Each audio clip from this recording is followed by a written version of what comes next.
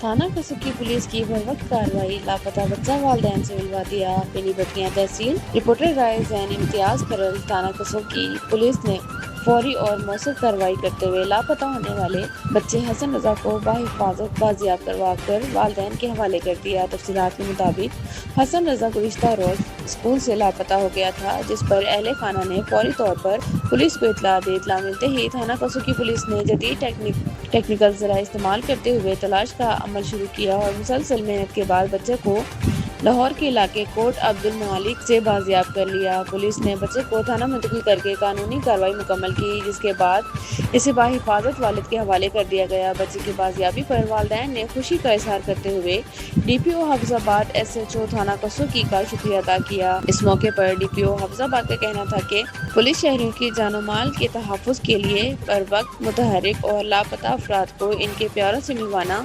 Police کی اولین ترجیح ہے۔